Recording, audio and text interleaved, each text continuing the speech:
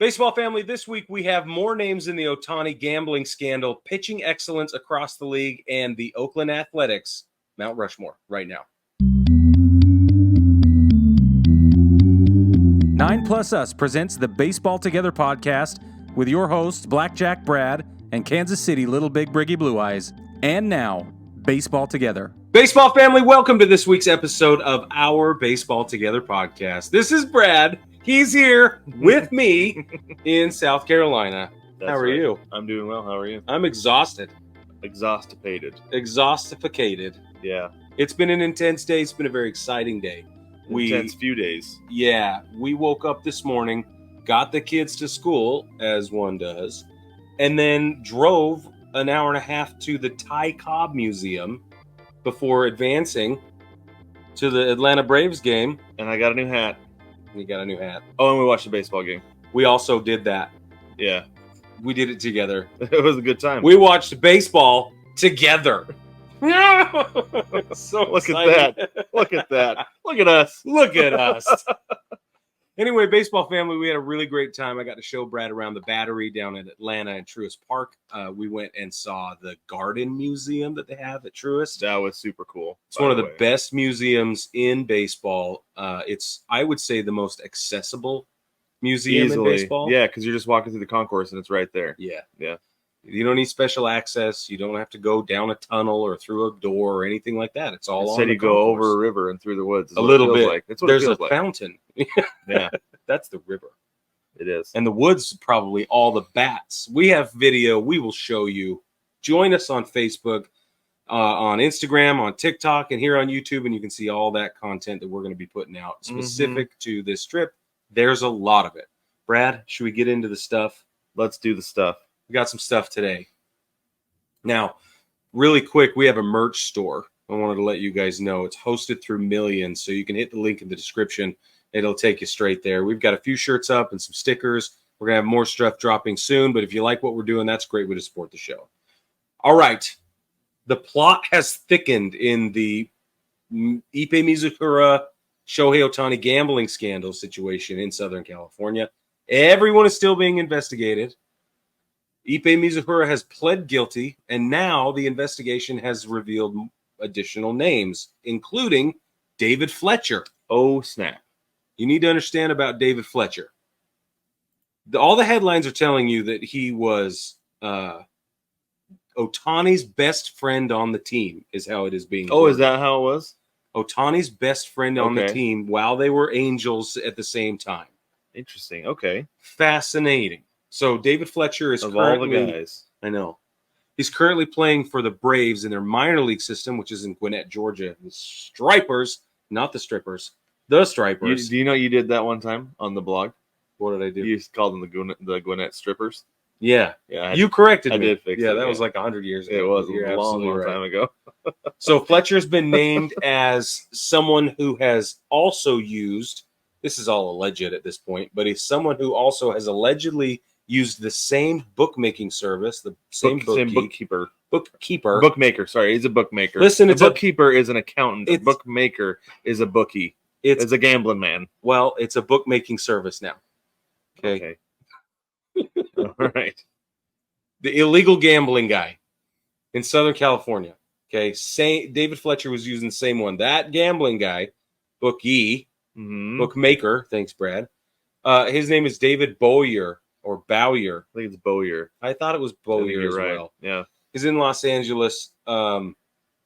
Super dust. So Fletcher, it has been reported, has already made a ton of bets, multiple bets on multiple sports with Bowyer.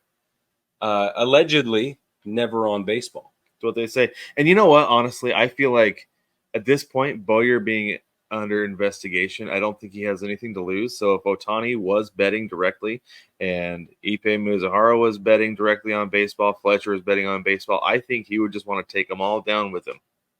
I understand snitches get stitches, right? Yeah, this is a lot of money, though. It's a lot of money. It is. But, and he could be facing a lot of time, right? Well, yeah. So if I was him, I'd be like, yeah, they were betting on baseball. If they were. If they were. Them out. Yeah. Yeah, I would be. But I'm also like, Yeah, I have our journalism professor used to tell us because he covered wartime. He was a photojournalist during wars, and he told him, "Hey, if I'm missing, I'm already talking," and that would be me as well. Wow. So, Way to go. Listen, in my training, they taught us that everybody breaks eventually. It just is all a matter of time before you can let everybody know that it's time to get squirrely. They're like, you're going to break if it all comes down to it. yeah. Just try and buy your guy some time. That's what it was. But anyway, so Fletcher, like Brig said, bet on multiple sports. They said that he so far have said that he never bet on baseball. However, his friend, a former Royals minor leaguer, there was no name mentioned, I believe. Wah. Did place bets on baseball, including games that David Fletcher played in. Ooh, yikes! Ruh-roh. So let's go just real quick. I believe it was in Louisiana. I think it was a high school coach, college coach. Okay. Got fired and investigated, I believe arrested, for having a friend place bets on his team. What they were doing was he'd have him place a lot of bets on his team as the underdog, and then he pulled a pitcher right before the game. They were fixing games together. Whoa. Yeah, betting and then fixing them. Wow. So that's a little shady to have one of your really good friends betting on baseball, especially games that you're playing in. Because we just saw an NBA player get suspended. Yeah. Because he was tanking to hit the under on his games. If we were playing 7 Steps to Kevin Bacon, this is too close. This is way too close. Especially since in March specifically, David Fletcher said he'd met the bookie, but never placed any bets with them. And now we find out that he did. It's a big lie. So we've been talking about how there is smoke with Ohtani. Yes. That feels like there is way more smoke here. Yeah, there is. Than there was. Well, and one thing we've kicked around, and we don't want to poke too many holes right now because we are also just going to wait for the investigation to continue and we will report the facts. However, it is interesting to consider all of the mess that the Angels organization has been for a lot longer than we all maybe are thinking about. This whole situation made me think of Tyler Skaggs. Like, it's so sad, but maybe it runs so deep and there's so many people involved that at the organization level, down to the players, who knows? And it feels like there are too many things happening over the last, 7 years? Yeah. Even just 5. Yeah. It's just too much. It's starting to look really, really bad for the Angels organizationally. Yeah, it is. So apparently Major League Baseball declined to comment on the whole thing, as you would expect, but they did say Fletcher would be investigated, as we would hope. Well, yeah. So, okay. Got that going for him, which is nice. Well, people are going to start getting banned. They're going to start getting suspended indefinitely. Yeah. It's just you wait, Henry Higgins. Just you wait. All right, we're going to move on. The Cardinals have announced their City Connect uniforms. And we want to talk about them because honestly, they are really interesting. Yeah, I got this. You got it? Okay, cool. So let's start with the chest. Tell us. Okay, so what they've gone and done across the chest is they've kept the same they call it birds on bats. Yeah, I think is what they call it. Birds on a bat. Birds on a bat across the chest. That is you're not imagining this. This is the exact same thing that you see every day on the Cardinals uniform. Yep. All they've done is they've taken Cardinals or St. Louis off and put the Lou. Now, the thing that's funny about this to me is that they specifically mentioned the Cardinals did. They're like, well, it's not like a super well-known nickname, but it's like kind of there. Not like Beantown. Thanks. Yeah. They specifically said not like Beantown with Boston, but like Nelly says it. So it's cool. It was right. Like we all knew it, and then Nelly said it. And then it kind of caught on a little bit. Yeah. 30 years ago or 20 years ago or whatever it was. Yeah, don't age us that much. Sorry, Hardy. 20 years ago. It's definitely 20 years ago. So you're not imagining things. It's basically the same thing across the front, but it's the Lou instead of St. Louis or Cardinals. But what you will notice down the middle is like across the fabric there's like these squiggly pinstripes. Yeah. They're supposed to represent the Mississippi River. Well, the intersection of the Three Rivers. Is it the intersection of Three Rivers? I thought it was the Mississippi or Two River. Rivers or whatever. Oh, I thought it was the Mississippi River specifically. Well, it is. That's part of it. Okay. It's from the flag. Okay. It comes from All the right. flag, which we talked about when we decided what we thought they should look like. You did. I mean, Because I want them to go old school. yeah. I wanted to go brown. That would have been way better than this. It would have been. You're This right. is hot garbage. Yeah, I don't like it. No, I don't like it, not so much at all. it's just plain lazy. It is, but this is the first time that they've used red in the regular season, I do believe.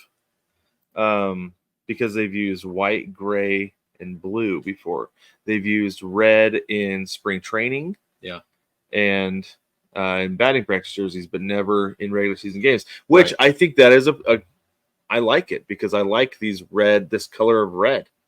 I love that Everybody they're going to wear. loves Cardinals red. Yeah, It's really sharp. it's super duper sharp. I'm a big fan. So let's go to the side patch real quick. I like this. It's cool. Yeah. The arch with what's that thing called? The fleur de lis? Fleur-de-lis. Yeah. Fleur de lis. So I think that's cool with the STL across it. I think that's a really nice touch. Very, very cool. And That's a callback to the flag as well. Yes, it is. Because You're the right. flag has the yellow a yellow circle with a blue fleur-de-lis in it. Yeah. So that's where I think that's getting pulled from, which is awesome. That looks great, the side patch. It does. Yeah. I wish they had it on the hat. Speaking of the hat, just STL. Oh boy. The font is pretty cool. Yeah. Good throwback font. I Yeah. like it. St. Louis Browns font, is that what that is? Yeah, but it's not the St. Louis Browns logo. Mhm. Like that was more like fancy. Looks more like St. Paul Saints. Yeah. Or Or I even really the wish Homestead Grays, I think, have the same. probably. Yeah. Anyway, Yeah. So that's what you've got going on there. It's fine. It's just very, very plain. yeah. They could have done more with it, I feel like. And then these socks here, same STL on the socks. They did do. We don't have a picture of it, but in the back on the tag, they had 18. Established something or whatever. Yeah, I want to say it was like 1882 Yeah. or whatever it was. They have that on the thing, but we couldn't find a picture of it, so there's that. Overall thoughts, though, Brig? I hate them. Yeah, it's lazy. It's the laziest. So we thought the first time I thought it was really lazy was Boston. I was like, come on, man. But then I thought Boston was just weird. but they justified it, and I was like, okay. And we were so new to the City Connect It concept. was not the first one. Yeah. Okay. Or the second one, maybe Miami was the first one. I don't remember. I think Boston was first, then Miami came later. But we were so new to it that we were like, okay, maybe this is the direction they're going to go. I don't know. And then Miami showed up, and we were like, whoa. And then Chicago. We were like, whoa. And then it's been a steady case of letdowns, not the entire time, but we've come down from Mount Sinai or whatever since that point. And the plates are getting smashed. They are. It really is. Like it's just so lazy that I cannot believe that it's just like, let's just take that out and replace it with the Lou and we'll call it good. Yeah. Oh, we'll put it on red. So Red is better. So that'll be great. People will love that. Everybody, like you said, everybody loves Cardinals red. Can't go wrong with it. That's right. Yeah, no, there is minimal effort here, and I'm not a fan. Will you pull up the image of the three guys? Arenado and some thoughts. Look how Arenado's like, this is dumb. That's what I saw this, and his whole face says, I am totally just bugged by this whole thing. That's what his face says to me.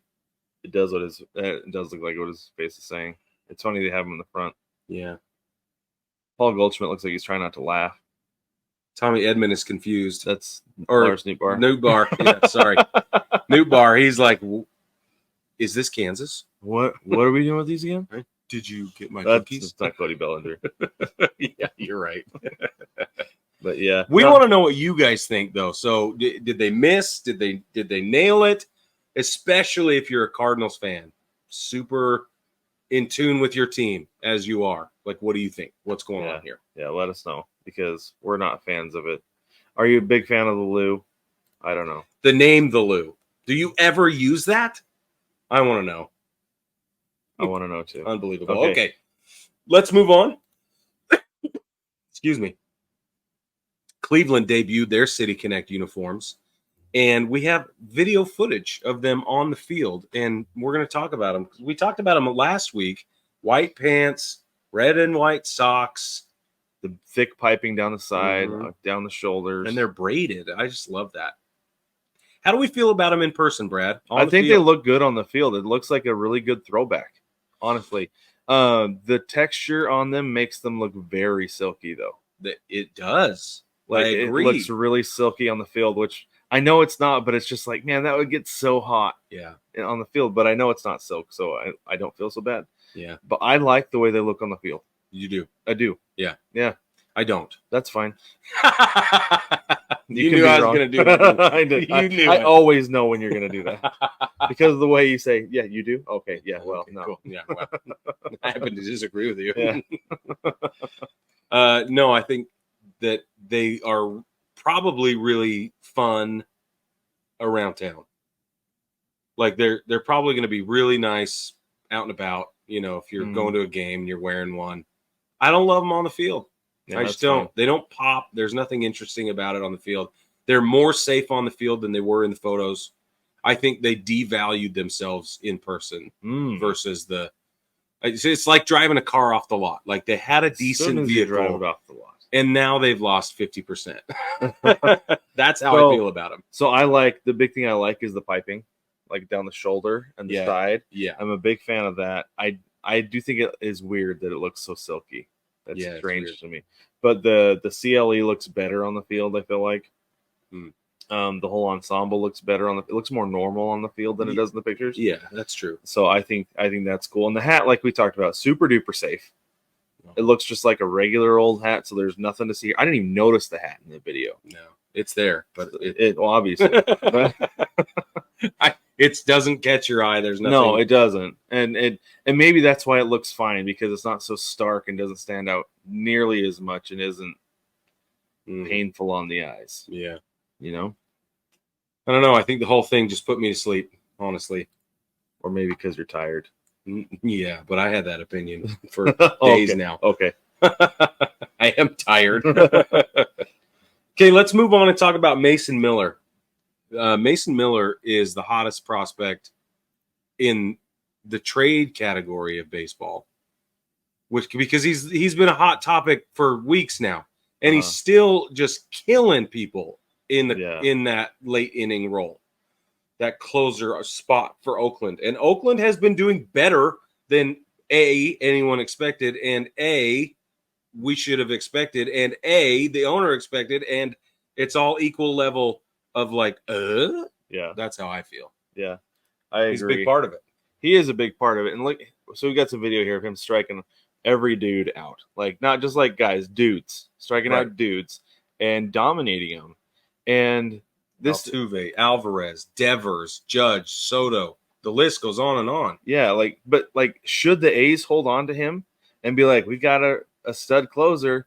This dude, the one A's fan left in Oakland, is pumped about it. He's the one, and I'm pumped for him. Me too. The one dedicated fan. That exactly. So he's not a free agent until 2029. Do you hold on to him?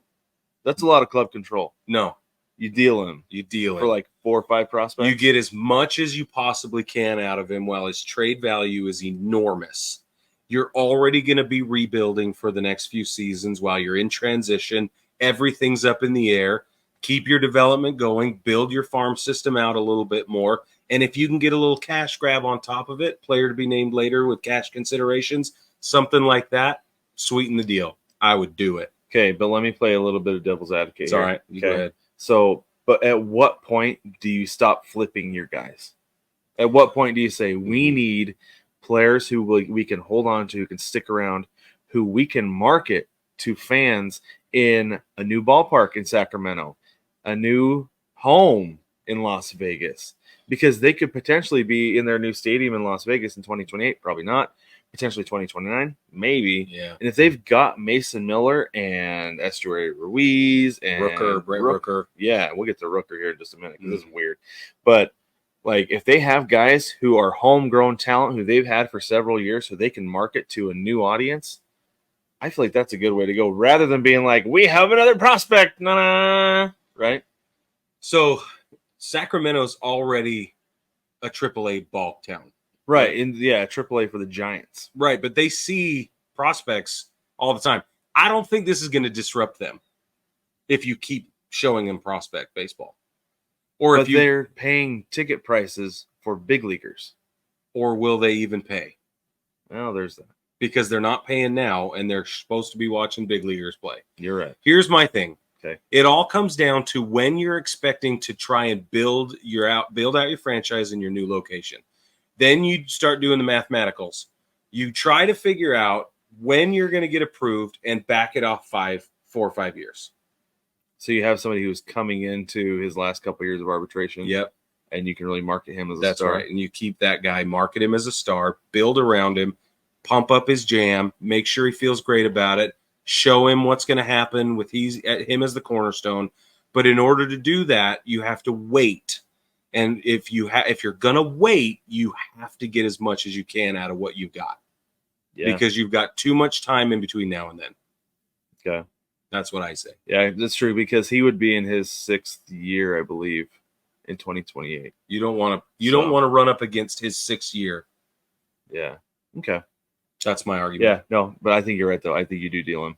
Yeah, you get a haul, because his trade value is higher now than it ever will be. Yeah, seriously, especially as a closer, because we saw what happened to Edwin Diaz.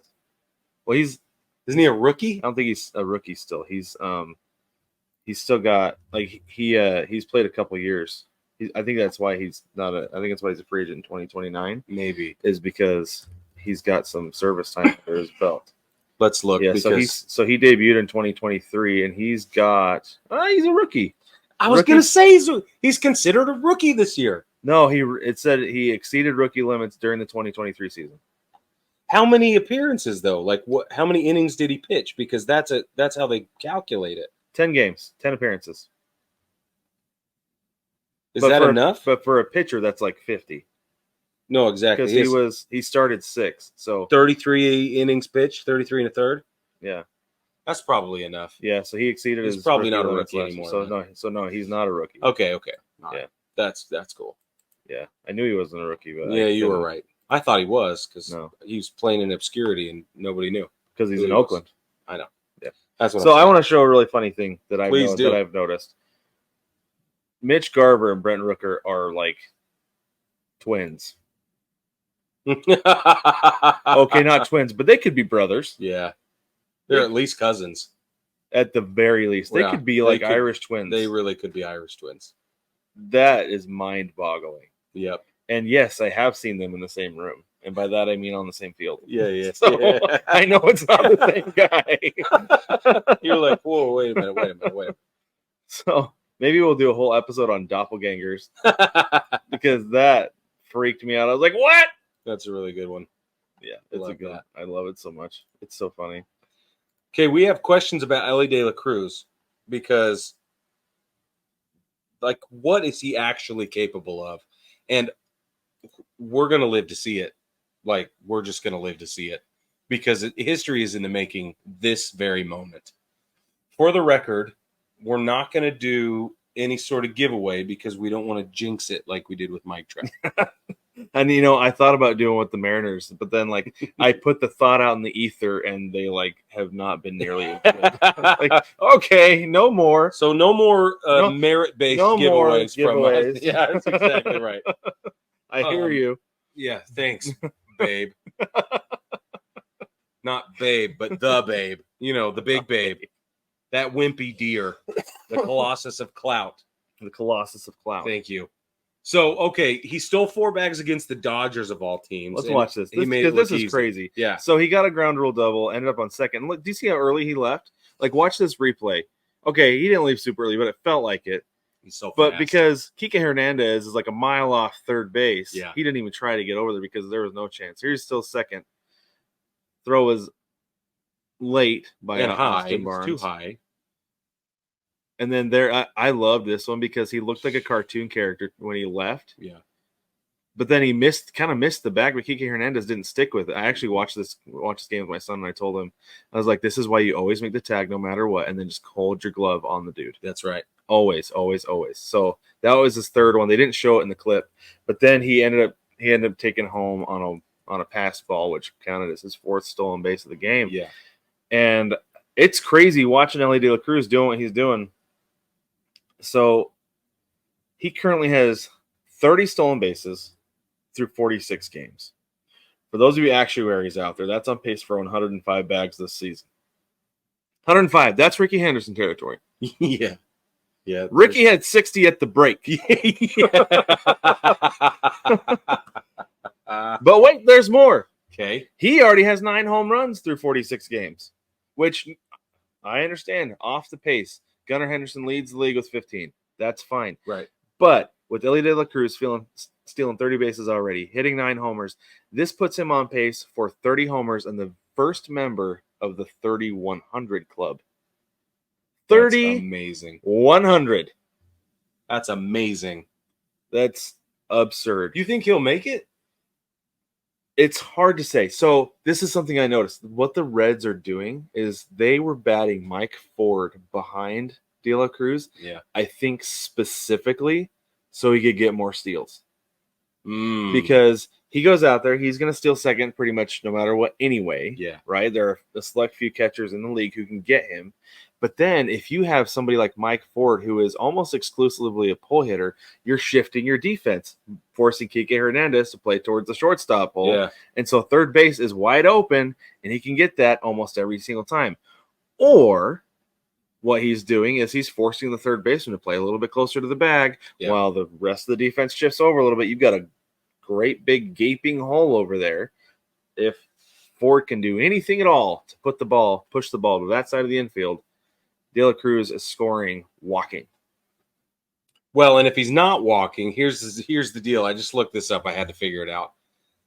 Elly De La Cruz sprint speed his average sprint speed is 30.1 feet per second, which for those of you who are actually actuaries out there, that is 20.5 miles per hour. That is a speeding ticket in the school zone, my friend. That is an average sprint speed for Elly De La Cruz. That's not even opening both barrels. That's just like, most of the time. I love It's a that. speeding ticket in a school. It is. I love it. That's 5 over in my son's school zone. For sure. That's exactly what it is. That's 10 over in most Oh, really? apartment complexes. Yeah, and it stuff is. like that. Yeah, that's a ticket in a no-wake zone. Mm-hmm. Yeah. Yeah. No, this is good. You're getting good at this. I like Sleepy Brad. It's almost better.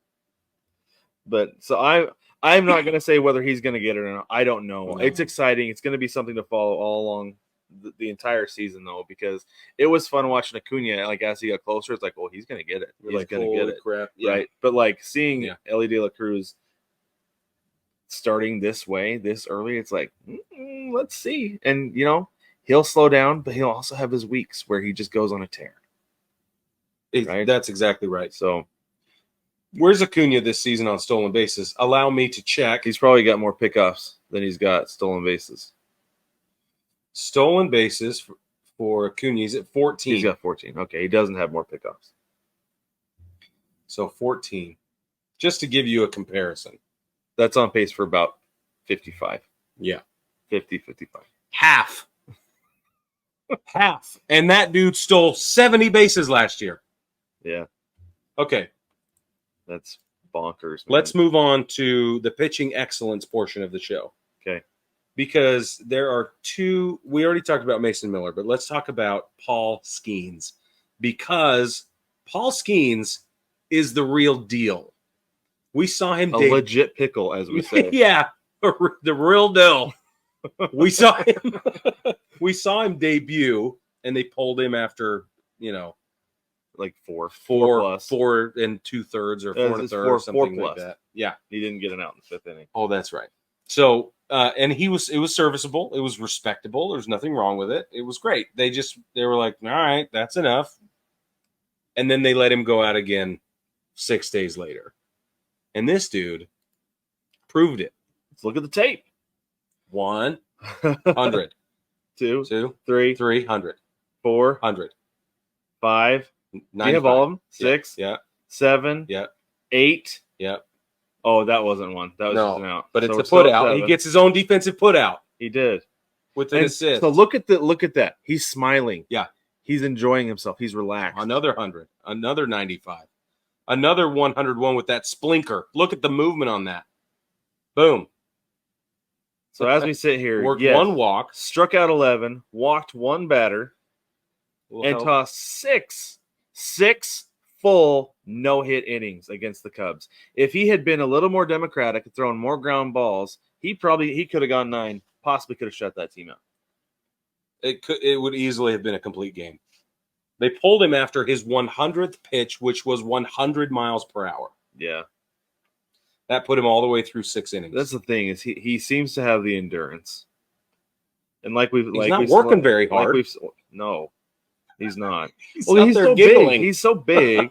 He can generate so much power from his lower body that it saves his arm. Yeah. And so if this team gets into the postseason, look out. Yeah. Look out. Because they have such a good pitching staff right now that they are building. If their starting staff, it's their bullpen. That's the problem, That's man. right. Their bullpen. It's so infuriating because they've got a pretty good offense. It's good enough, I would say. It's good enough for a wild card slot. Yeah, absolutely. Yeah. And I have to look because I can't remember their other dudes. I don't know who they are. That's how bad they are. No, they've got it's their starting pitchers. I scrolled down too far. Oh, Jared Jones, and Mitch Keller, dude. Like Mitch especially Keller. Jared Jones, like Yeah. to have the Skeens Jones 1-2 in a couple of years. Yeah. That's gonna be it. I gotta thought you be. meant the relief pitching. Oh no, we don't talk about relief pitching in Pittsburgh. That's what I was like. I don't know. We call it Bruno because we don't talk about it. But no, Skeens and Jones together, man, they're going to be a problem for the league, especially the Central. If they can get that bullpen sorted out. And you know what? Maybe just be like, the bullpen is just going to be a problem. Just get a bunch of dudes who can hit. Yeah. McCutcheon seems to be hitting well this year. Somehow. Old dude, yeah. Yeah. Old man power. He's probably making sure Jobu gets his rum. I think he is. That's what it is. Yeah. Okay, so Skeens is a rookie, super dub. Everybody knows that. And I think we need to go back though. He looked really, really comfortable. Yes. Was having a lot of fun, and I feel like that's very important. His second outing out. Yep. Because he looked a little. And it I don't was wanna at say Wrigley nervous, but against a good Cubs team. yeah, This is not pushover Cubs teams. right. Okay. Yep. All right. So Skeens is a rookie. So is Luis Gil, who pitches for the Yankees, also a rookie. He now has set a Yankees rookie franchise record with 14 strikeouts in a single outing. He did it on Saturday, played against the White Sox. So Gil went 6 innings, gave up 1 hit the whole time, 1 run, 1 walk. All of that was in the first inning. After that, totally lights out. Let's look at him go. Wheeling and dealing. 14 strikeouts in 6 innings. It was a masterclass. So that's 18 batters, 18 outs, 14 of them strikeouts. That's absurd. Now, And the Yankees bullpen is, until tonight, absolutely murderous. that's right. Yeah. So, and this is the thing that's funny is that like last year we talked about when Domingo Herman threw his perfect game. Yeah. We're kind of like, it's against the A's, but still, the A's didn't get no hit. They never got another perfect game thrown against them last year. And you can say, but it's against the White Sox. But nobody else has done this Not yet. against the White Sox. So I think it's legit. Luis Gil Yeah. is outstanding. The Yankees have such a good pitching staff. We don't even have Garrett Cole. Who was the pitch tonight? Stroman. Oh, Stroman. Jeez, how could I forget? Killed Stroman? it. He did. And then He gave up a bomb to Canzone, and that Yeah. was it. That was the third hit he gave up of the night. Yeah. And that was it for him for the night. Yeah. And he was not happy. He wanted to keep going. He wanted to finish the inning because it was in the 8th inning. He wanted to finish the 8th. yeah. It was shutout ball, and Then they brought in. Never mind. They we can lost. talk about a break. They brought in Clay Holmes, and the Mariners ended up coming back and winning. Clay Holmes no 4 longer has a 0 ERA. 4 earned runs in like 6 minutes. It's disgusting. That was the most hyperbolic, but also pretty much what happened. But I want to know though, Brig, like, is the pitching the reason the Yankees are rolling, or has the offense started clicking? Is it all encompassing? It's one big machine. Everything's working. Yep. Like you said it today. You're like, Juan Soto is on base every time I turn around.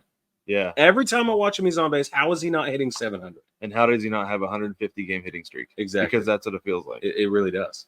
Yeah. Speaking of hitting streaks in the Yankees, Anthony Volpe, 11 games? 12? 13. 13 games. 13-game hitting streak as of tonight, Anthony Hey, Volpe. don't snub your nose at Luke Raley. We call him Sneaky Fast. He's got a 7-game streak working. All right. So, okay. hit streaks They're going. alive. Yeah. Okay. They sure are. We got one last news bulletin for you, and then we're going to get into our picks for the A's Mount Rushmore. But Mad Max Scherzer is now on the 60-day IL. That's bad in and of itself. But they're calling it a nerve issue in his throwing arm. Now, he's dealing with thoracic outlet syndrome, which we have talked about at length on the show and have explained. But we're going to do it again because we want to make it very clear what it is. So here's a refresher. Thoracic outlet syndrome is a group of symptoms caused by compressed nerves or blood vessels between the collarbone and the first rib. So it's right through here.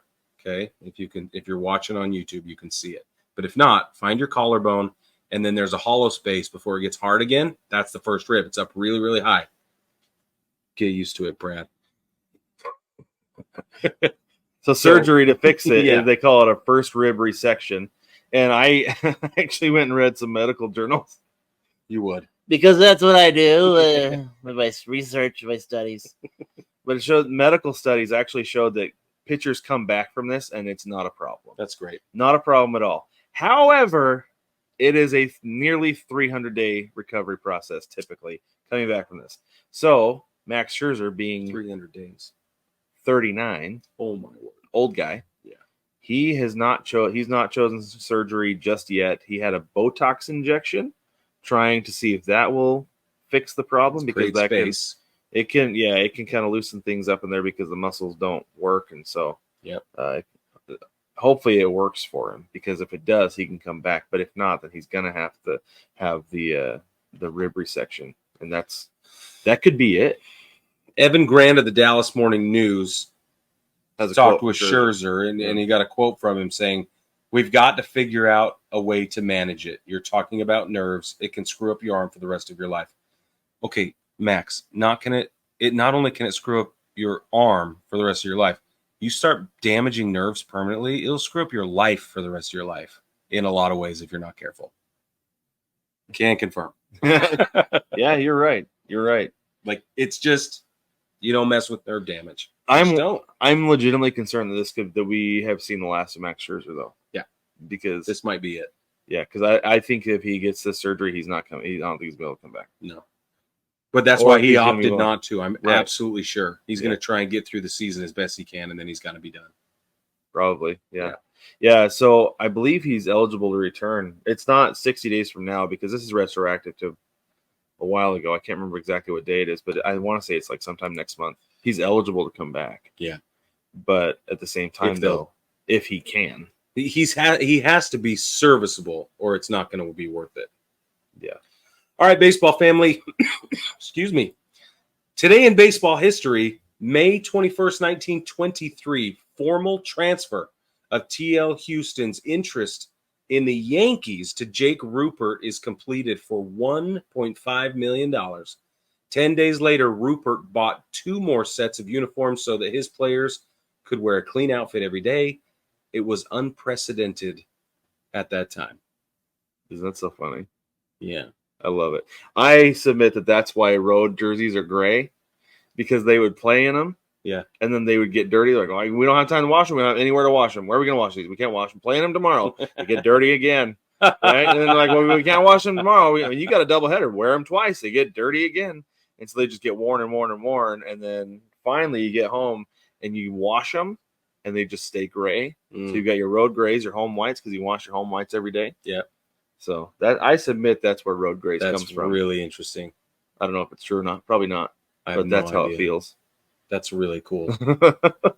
I happen to know the answer, but baseball family, if you know the answer, jump in the comments and let us know, and we will raffle high fives. We'll give you a shout out on the show if you get it right. Anyway, don't forget to check out Chinook Seedery. They're the best seeds in town, best seeds we've ever had. They are the greatest way to support your mouth, get you through the season. I use them when I'm getting tired, unlike right now when I also have to use my mouth for other things. But on road trips like we took today, I was using them. Brad took a nap. I had to drive us home. So I'm pounding Chinook seeds, and of course they were Parm and Pep. We had them at Truist today. We brought them in, got some. We should post those pictures. Anyway, we got pictures of them. Greatest seeds ever. He likes all of them. Yeah, I do too. I had cinnamon toast and jalapeno ranch today. I had Hatch chili and Parm and Pep, of course. This is my favorite. Anyway, baseball family, if you like what we're doing, the other way you can support us is on Patreon. And there are 5 tiers of support: $1, $5, $10, $15, and $500 worth of support per month. They each have their own perks. Everybody gets a sticker, and you get an episode that's uncut every time we do it. It's called the bullpen cut. It's a lot of fun. But baseball family, stick with us. When we get back, we're going to talk about the A's Mount Rushmore.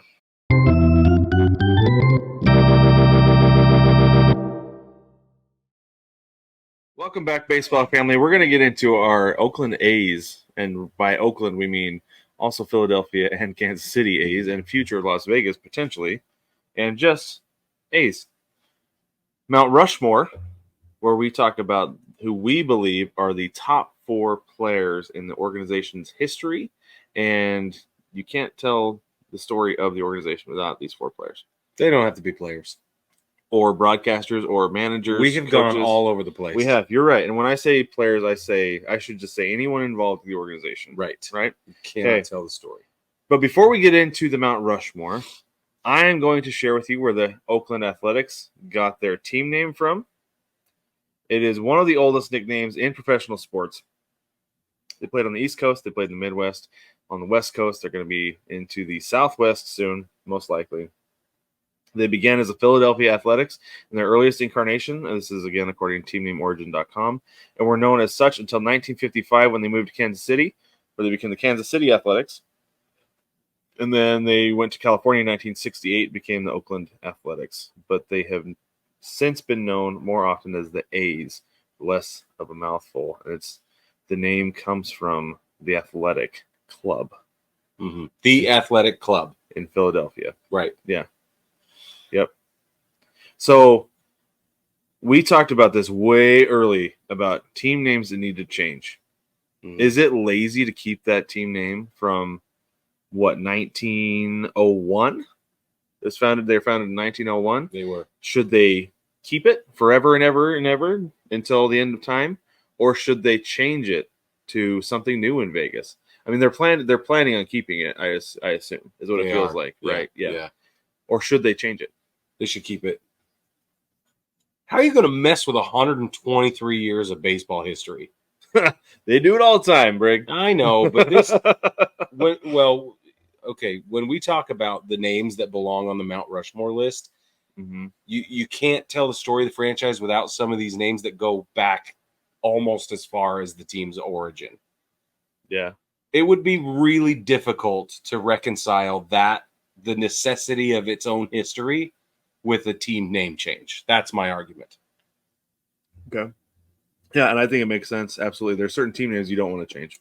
But right. But that's always my argument. I'm always on the history side. The Braves have been around forever. It feels like at some point it's going to have to change. I don't know when.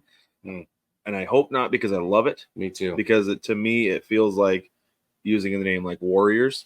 Yeah. Right? That's what it feels like to me, but yeah. My understanding is limited. Yeah. I'll admit that. I don't know. But anyway, yeah, there's certain team names that go back forever. Yankees, Red Sox, White Sox, Cubs. All of it. Cubs, yeah. So that all go back this far. Yeah, and they'll never change those. So let me give you a couple of anecdotes. That's the wrong word. Let me give you a couple of notes about the Oakland Athletics team history. Again, as Brad said, they started out in Philadelphia, moved to Kansas City, and ended up in Oakland.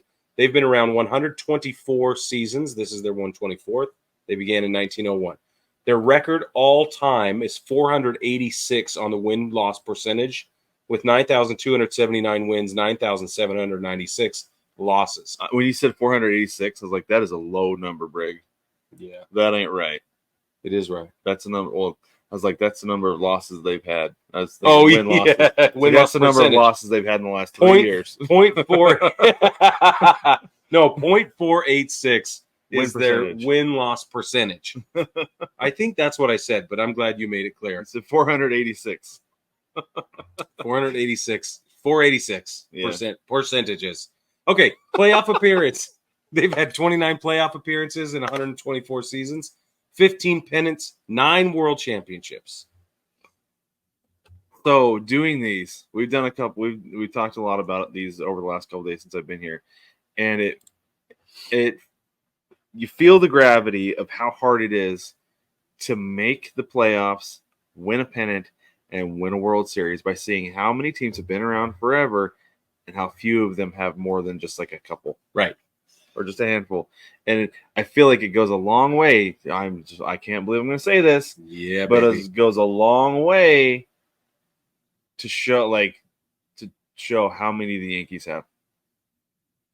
Sustained excellence. Well, not all of us are born that way, but it sure feels good to be. I love that you walked right into that and you let me have it. And you're just going to sit there and be excited for me. Thanks, On Brad. with the next thing, Brad. Okay. There are a handful of uniform numbers that are retired and one initial set, right? So we've got Reggie Jackson, number 9, Ricky Henderson, number 24, Catfish Hunter, number 27, Raleigh Fingers, 34, Dave Stewart, 34, Dennis Eckersley, 43, always Jackie Robinson with number 42, and Walter Haas was an owner for a very long time, and his initials are on the monument wall, or whatever they call it, the retired numbers wall. So the initial WH are retired? They are. Love it. Yep. All Very right. good. We each have selected names that you cannot tell the history of the team without mentioning, and we're going to argue about them, and we want you to tell us if we're right or wrong. Go ahead, Brad. What's your first one? I'm going to lead off with the King of Thieves, the Man of Steel, Huh? Ricky Henderson. Yeah, you are. Can't not. Hall of Famer. He was an MVP runner-up, or MVP, and then he was a runner-up once. Right? He ran up a lot of things. He did run up a lot of things. 6-time All-Star, 2-time Silver Slugger, 1-time Gold Glover. It's interesting to think that Ricky Henderson was only an All-Star 6 times, despite the havoc that he wreaked on the base paths. Yeah, for 25 years. He led the league in stolen bases just 8 times. Just 8. What? Isn't that absurd? What? Yeah. I had no idea. Yeah. He led the league in caught stealing 4 times. Sure. Led the league in runs scored 1 time, hits 1 time, walks 3 times, and he is the all-time stolen bases leader and will be forever and ever. He is also the all-time leader in caught stealing. I don't think he will be forever and ever, but it's very much like Cy Young, who is the all-time leader in wins, all-time leader in losses. Yep. Right? And he is the all-time leader in runs scored as well. The all-time leader in runs. Yeah, he is. So it's 25 years, guys. 25 years. Yeah. So a couple years ago, we did a bracket challenge in the Baseball Together group. Yeah. And I think it was it most overrated player? I think it was most We've overrated done a player. lot. That makes sense. And I threw Ricky Henderson in there just because. Just because I thought it would be funny to see what anybody said. And somebody said, "What, Ricky Henderson?" I said, "Ricky was a compiler because he played for 25 years." No, you're not. And it was a joke. I was joking 100%. You don't compile The all-time stolen 1,406 stolen bases. Yeah, no. It's not compiling. It doesn't work. It's insane the amount of work that the man did. Because to have, what is that? Go back down real quick. I'm going to do some quick math. That's 1741. 1,741 attempts. You've got to get on base. You have to be that on many base. times. And you don't even get to attempt every time you get on base. No, his on-base percentage over his career is 401. There you go. Add slugging to that, and it's 820. So the fact that Ricky Henderson was able to get on base and do the things that he did while he was on base, he is absolutely goes down in history as one of the greatest players ever, has an untouchable record. Yep. But the only guy I can think of now who might get to it is Elly De La Cruz, but I doubt it. He's the closest. I doubt he will. Look, so Ricky Henderson's single season stolen base record is 130. So he stole over 103 times. Yeah. He did 100, 130, and 108. Yep. And we're sitting here wondering if Elly De La Cruz will even get to 100 this season. Yes, that's the thing. That's it. How do you steal 130 bags in a single season? Like Acuna stole 70 last year. And we lost our minds. Everyone lost their minds. Rightly so. Not to take anything away, but my goodness, think of that as double. Yeah. So untouchable. He's untouchable. Brad, Ricky's on my list too. Perfect. I love it. How are you going to tell the story of the freaking A's without putting Ricky Henderson on your list? I don't know. Roll the tape. Roll the tape. Roll the tape. Dust covered, smiling. Ricky at 60 at the break, baby. Look at this. It's my favorite Harold Reynolds story. It's so funny. Ever. I mean, the dude just moved. He'd take 3 steps and he's halfway to second base. Yeah. And I loved how low he ran. He did. Yeah. And I do remember as a kid, like I remember watching Ricky Henderson and being like, okay, this is the way you run. But like, if you're like that, if you're lightning fast, Yeah. you have a low center of gravity and you have super duper strong quads. Yeah. You can do that. Yeah. But when you're 9 and you're kind of wiry, that's not how you run. Spindly. It doesn't work that way. How it goes. All right. Well, since you stole mine, can I go? Mm-hmm. Thanks, buddy. My guy's in the Hall of Fame. My next guy. He won a Cy Young Award, so we're going to move up to the mound, okay? 8-time All-Star, 5-time World Series champion. 5 times. 5. He won an ERA. His number is retired by the A's. He has a career WAR of 40.9. Games, 500. 1 save. 1 save. It was probably an extremely high leverage situation. Yeah, oh yeah. Like Game 7 or something. Well, for some reason, postseason stats don't count. They're so different. It's so weird. Yeah. It might have been like a clinching game at the end of the season or Yeah, something it like could have that. Well, and that would have been in, it's obviously in the modern era. Right. ERA, career ERA, 3.26. This is Catfish Hunter. Catfish Hunter. Let's pull the stats. Catfish Hunter. You want to roll the tape while you pull the stats? I'll roll the tape. There it is. Jim Catfish Hunter played for Oakland for 10 years. Again, starting pitcher. Through his time with Oakland, he threw 2,456 and a third innings. He got 1,520 strikeouts. He won a Cy Young in 1974. That was his last year in Oakland. Obviously, they retired his number. And he won the World Series with Oakland 3 times, 72, 73, and 74. And then he went on to do it with the Yankees. Of course he did. 2 other times, 77 and 78. No big deal. That's a lot of winning for one arm. That is a lot of winning. It's a lot of mileage on that one arm. But Yeah. it's a solid choice, though. I mean, Thank you. I think Catfish Hunter is an excellent selection. I appreciate that. I just don't think you can talk about he has three. He helped lead them to 3 of their championships. Right. And they only have, what did we say? Didn't we say 9? 9 World Series titles, and he was there for 3 of them. Significant. I'm saying. Significant. Yeah, man. Yeah, that's a lot. Okay. Do you have Catfish Hunter? I don't. Ooh. No, I had to let you know. I do have a pitcher, though. Oh, okay. I have a guy named, I'm just going to tell you who it is. It's Lefty Okay. Grove. Lefty Grove. Lefty Wow, Grove. you're reaching back for that. Yeah, I I like am.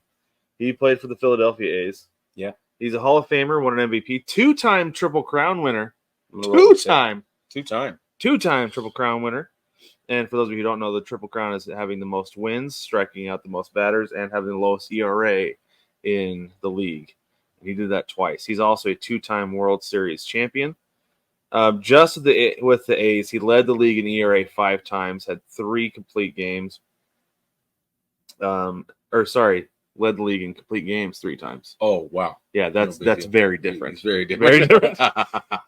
Led the league in shutouts twice, saves once, walks 1 time as a rookie, but also strikeouts 7 times. One of those times was as a rookie. Yeah. So a little bit of Nuke LaLoosh in him. LaLoosh. I love it. Lefty Nuke LaLoosh. Exactly right. Baseball family, if you caught that reference, we need you to hit the like and subscribe button because you're our people. Well, and on top of that, wild pitches as a rookie. Oh, well. would you look at that? He really is Nuke LaLoosh. He threw at the bull. But he led the league in FIP, fielding independent. No, he threw at the elephant. He threw at the elephant 6 times, whip 3 times, hits per 9 once, Ks per 9 5 times, and strikeout to walk ratio 6 times. That's Lefty Grove. And you know something? I was curious because I was like, there have been a lot of guys over the history of Major League Baseball, had to have been, by the nickname Lefty. Yeah. And in fact, there are 10 other players who went by Lefty. So it's like a super original nickname. It's like anybody who throws left-handed, hey, Lefty.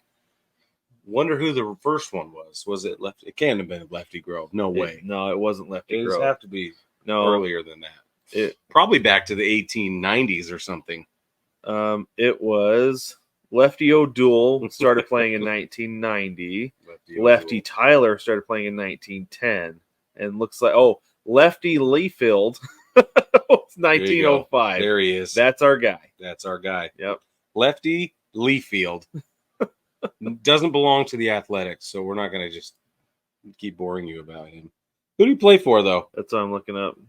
He played for Pittsburgh. No way. And the Cubs. And Chicago. Yeah. That's awesome. Cool. That's fun. That is fun. Pardon me. Okay. Did you have Lefty Grove? No. No, I didn't think so. Okay. Can I give you my next one? Absolutely. All right. This one is very exciting. Also in the Hall of Fame, we're going to reach all the way back to Philly. This is one of my favorite stories because this guy is a 5-time World Series champion, brought 9 pennants in with his tenure because he didn't play for the Athletics. He played, and he played for a long time. But he was a much less successful player than he was a successful manager. And now we're talking about Connie Mack. It literally, if you look back at the history of not only the Philadelphia Athletics in this organization, but the entire game of Major League Baseball, the history of Major League Baseball is untellable without Connie Mack. Yeah. I kid you not. You cannot. It's like Mountain Landis, but in a different way. You just can't talk about it without talking about Connie Mack. Yeah. Because that Philadelphia Athletics club was the premier club for a really long time. How long was he with them? Half a century. Yeah, 50 years. 50 years. Yeah. From the time that he was 38 until he was 87 years old, he was managing the Philadelphia Athletics. That's right. From 1901 to 1950. I'm curious how many managers would like that kind of job security if they're just like 25 years in, just like, no, just fire me. What do I have to do? Well, what you got to know, I had the same question. Not only was he was a lifer, treasurer of the Philadelphia Athletics, but he was also a part owner. Okay. So he's a shareholder in the investment of this franchise, this brand new franchise. And he's like, you know what we're going to do? I just let me be in charge. I will get us a return. But even then, though, like how often do guys like Theo Epstein has been like, I'm done being GM. I need to let move somebody on. else do it. I want to go work somewhere else in the front office. Yeah. Right? Yeah, give me a new challenge. That Connie Mack had a passion for being on the field and managing, coaching players for 50 years. And finally, the man is 87 years old and is like, okay, it's time. And then he didn't die until 6 years later. Right. Some guys, they die as soon as they're done. Yeah, he wasn't even done. He wasn't even sick, I don't think. He just said it was it. I wonder if it was one of those things where he had a hard time going up and down the stairs in the dugout. Those 3 steps are tough. They can be. Yeah, at 87, how could they not be? My grandma at 87 was struggling with 3 stairs. I'll tell you that. I'm telling you. So, a couple of fun facts about Connie Mack, other than his incredible World Series runs and stuff like that. He holds the Major League Baseball record for games managed at 7,755. Untouchable. That'll never get touched. He's the first American League manager to lead to 100 wins. And he did it 4 times. 1910, 11, 29, 30, and 31. So not only was he the first one to do it, he did it a whole bunch of times, 100-win seasons. He's the only manager to win back-to-back World Series twice. He did it in 10 and 11, and then 19, 29, and 30. He's the only one to ever do it back-to-back twice. Not the only one to do it back-to-back, but to do it twice. It's crazy. And again, we've covered that he spent 50 years with the ball club. That alone, to me, is just mind-boggling. Yeah. I can't wrap my head around it. Well, you can't tell the story of the Athletics without Connie Mack. He was there the whole time. Well, and it's funny because, like, that's not even half the history. I know. Isn't that crazy? That's what's weird. Yeah, out of 124 seasons, he was there for what? What does that make it, a third of it? It's a little, just like a touch under half, right? Not quite a third. Yeah, you're right. I mean, maybe like, what's that? I'm not going to do the math. 3/8. Okay. We'll do that. 7 3/8. Just think it's awesome. Just That's like my a small hat size. Yeah. Just kidding. It's not my hat size. I'm a 5/8. Okay, baseball family. If you send me a hat, I need a 5/8. All right, you go. Okay, I do not have Connie Mack. Okay. My next guy, I want to go with Reggie Barr. Reggie Barr, the Reginator. We're going to go with Reggie Jackson. So those are references to bench warmers. If anybody's seen it, again, give us a like and a sub because you're our people. Yeah. Because exactly. we need to have you around. And by the way, I'm 12. Often referenced on this show. That's right. Again, Hall of Famer, MVP, 6-time All-Star just with the A's alone, 3-time world champion with the A's, 1-time World Series MVP with the A's, member of the 500 home run club, by the by. Yep. He led the league in runs scored twice, home runs twice, RBIs once, slugging twice, OPS twice, intentional walks twice. And for now, he is actually the all-time leader in strikeouts. Ooh, for now. Yeah, for now. Somebody's going to catch him. Who because knows? To be completely honest with you, his strikeout rates, I feel like they were high. Yeah. Like at the time, but with the amount the guys strike out now, because he has 2,597 strikeouts. That's not an untouchable number. Mm-mm. He played 21 years, and he never struck out more than 200 times. A lot of there are several guys who will strike out 200 times a season now, and it's not a big deal anymore, right? Yeah. Oh yeah. Unfortunately, I hate strikeouts. That's not a good thing. But yeah, no, but that number is going to get broken here in the next few years, I'm sure. We'll have to look and see who's next in line. Yeah. Because I don't think it's very long until it happens. That's a great idea. That'll be a fun one to look at. That will be. But that's Reggie Oxenfree. Okay. Very good. How many do you have left? 1. How many do you have left? 1. Okay. You want to go first? No, I'm going to go. No, go ahead. It's your turn. Okay. It's your turn. So I'm going to go with the guy. I'm going to reach all the way back. And I don't know how many people know about this guy, just to be completely honest with you. Way old school. Just to give you an idea, he was, where's his birthday? 1907. He was born in 1907. You know I love me some scratchy wool 3/4 sleeve jerseys. Okay. Old-timey sports writer, say? Yeah. So Hall of Fame, 3-time MVP, Triple Crown winner. no less. 9-time All-Star, 2 World Series titles, 2 batting titles. Career WAR 93. It's pretty good. That's pretty good. Career batting average 325. It's pretty good. Different era. I understand. It is. That's okay. But you're going to win an MVP 3 times either way. Yeah. It doesn't matter. All right? Yeah. We're talking about a guy. This guy. By the name of Jimmy Fox. Jimmy Fox is, well, first of all, he's incredible. He played with the Philadelphia Athletics for 11 seasons, and in that time, he and the Athletics won, let's get there. What happened? I don't know. Two World Series titles. That's what I needed. 2 World Series titles in that time. He played for other teams as well, specifically Boston. He did play for Boston. But here's the thing I love. Like, his stats are great. They take care of themselves. We all should respect Jimmy Fox. Right. And he played everywhere. He's first base, third base, catcher. It didn't matter. Wherever they needed him, he was able to play. But here's a couple things. He made his MLB debut his junior year of high school. What? Figure that out. That he made his at MLB 17 debut. years old. Holy he was cow. 17. Jeez. He's a junior in high school. Dig this. He had 12 30 home run seasons. Started when he was 17. He had 12 30 home run seasons. He had 13 seasons with 100 RBIs or more. And my favorite, and if you'll notice, for those of you watching, I'm wearing my City of Rockford Peaches jersey, codenamed Jimmy Dugan on the back. Okay.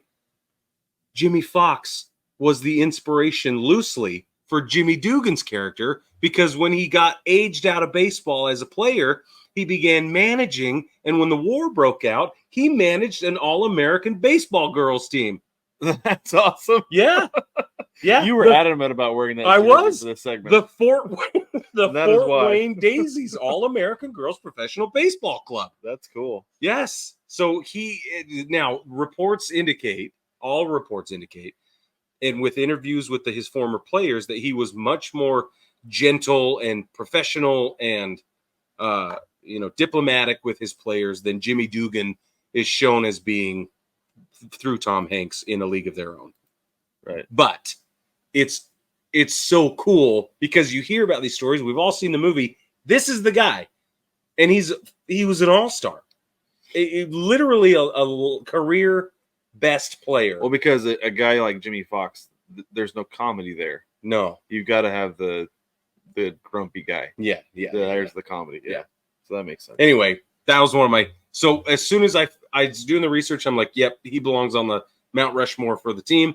And then I got digging research a little deeper, and I was like, no way. That's so funny. Bam. I love that. Jimmy Fox. That's a fun little factoid. Thanks, man. I thought so. Very good. Okay, I'm going to go with my last one then. Okay. This one might be a little controversial because of what he's attached to, what he's admitted to during the course of his career. Ruh-roh. But, dude, legit as an Oakland Athletic, Mark McGwire was a monster. And like I said, I understand what he was attached to, what he did. But, man, he won Rookie of the Year. He was a 9-time All-Star just with the A's, a member of the 500 Club over his career, a 1989 World Series champion, and a home run derby champ to boot. He led the league in home runs twice, walks once, slugging 3 times, OPS once. He won 2 Silver Sluggers and 1 Gold Glove. He never won an MVP with the A's, but he actually never won an MVP, period. Yeah. But he did finish top 5 once with the A's. And this is the thing that's crazy about this, is that he was a young dude with the A's. Yeah, really young. That he got traded to St. Louis when he was only 33. So his second year in the season, 1987, he led the league. He led the American League with 49 home runs. Yeah. Like, that is bonkers. Yeah. To me, that a young guy like that led the league in home runs and slugging, and he won Rookie of the Year. I mean, that's like an Aaron Judge type season in the 80s. Yeah, like, to put it into perspective. Right. Yeah, that's exactly right. That's what that was. He led the league in walks in 90, and he led the league in slugging again in 1992. So I know a lot of what he's attached to with the steroids and everything because he's admitted to it. Yeah. You know? Oh, yeah. Anything you can do to get an edge. And he was right there with Jose Canseco. They were the Bash brothers. They were buddies, man. But, of course.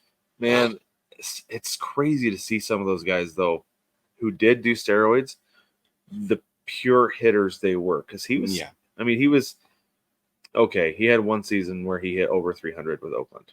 He hit 333. And other than that, he was like 235 to 250-ish. But he was still one of those guys who was a terror when he was up to the plate because you knew he was always capable of hitting a home run. Yeah. And it's part of the story of Oakland. You don't want Jose Canseco on your Mount Rushmore, I feel like. Certainly not. And in those early 90s A's teams, you got to have him on there. He's the guy. I wanted Brig so badly. Tim Hudson, Barry Zito. Yeah. I wanted to put those guys on there, Yeah. but I couldn't because they weren't there long enough. Well, that's true. Because Moneyball is about bringing in what was Chris Pratt's character? Who was that? Yep. Like, bringing in guys on the cheap. Oh, I can't. I'll look it up. You keep talking. Anyway, but it's about bringing in guys on the cheap and building an offense based on guys who can have a collective. Scott Hatteberg. It was right on the tip of my tongue. Yeah, sure. About bringing in guys like Scott Hatteberg and having a collective unit that produces X number of home runs and gets on base X number of times and things like that. But the thing that they completely failed to mention in Moneyball is that you had Cy Young Award winners, plural, on your pitching staff. So I wanted to have those guys on there. Yeah. But they weren't, like I said, they weren't there long enough, and they didn't have the numbers that McGuire put up in the 90s with the A's. That's why I put him there. That's fair. But this is the question, baseball family, and we need you to jump in because I don't know how to answer this question. We talk about this all the time. Excuse me. The question is, are we telling the story of the team and the franchise? Because if that's the goal, then you can't tell the story without Mark McGuire. Right, and that's the way I see the Mount Rushmore. Right. So but that's a small circle. If you push that out to a Hall of Fame talk, it becomes a very sticky similarity. Think about this, Brig.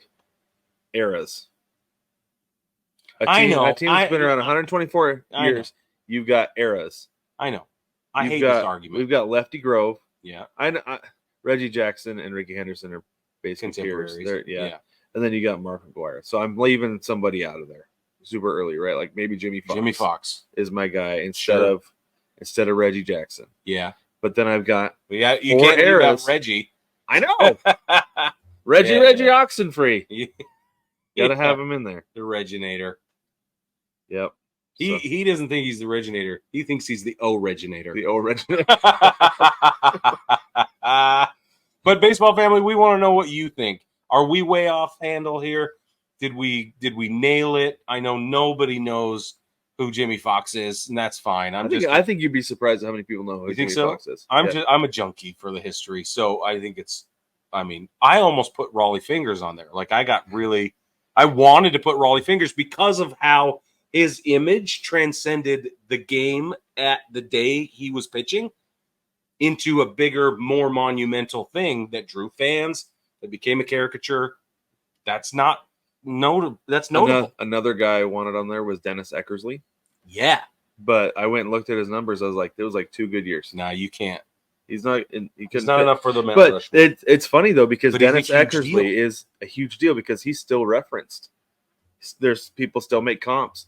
Great pitchers are still comped to Dennis Eckersley. Yep. And he transcended down into Little League Baseball. I had a friend who all the time, and he'd go run out on the mound just for him, like, go look, guys, I'm Dennis Eckersley, and he throws. Yeah. The fact he was like 9 doing this, Yeah. So that's what I mean. If it's who do we think of off the top of our head, we have a way different conversation than it is who do we think of as the best of all time on the team. That's a totally different conversation than who belongs in the storyline, in the narrative. So what do you guys think, baseball family? Is there somebody we left off? How do you look at it? I mean, there's a lot of ways to spin this. We've told you how we feel. Yeah, but exactly right. Anyway. So with that, Don't forget to like, subscribe, rate, and review. Let us know what you think about what we're doing. We talked about Chinook Seed. Yeah, we talked about Patreon. yeah. So go do all the things there. Like I said, subscribe for the show so you don't miss anything. We are new episodes every Tuesday, live every Thursday night at 9:30 p.m. Eastern time during the season. Mm-hmm. And then we're dropping all clips from the show every single week, or every single day of the week, because we know not everybody has time to sit down and listen to an hour plus episode. Yep. So we do that for you because we care. We want you to have a chance to enjoy the content. And we put out different content on shorts and reels on TikTok and Facebook and Instagram, YouTube shorts. So you can find us there as well. Absolutely. Totally different from what we do on the show. Absolutely. And with that, baseball family, we will catch you Thursday night.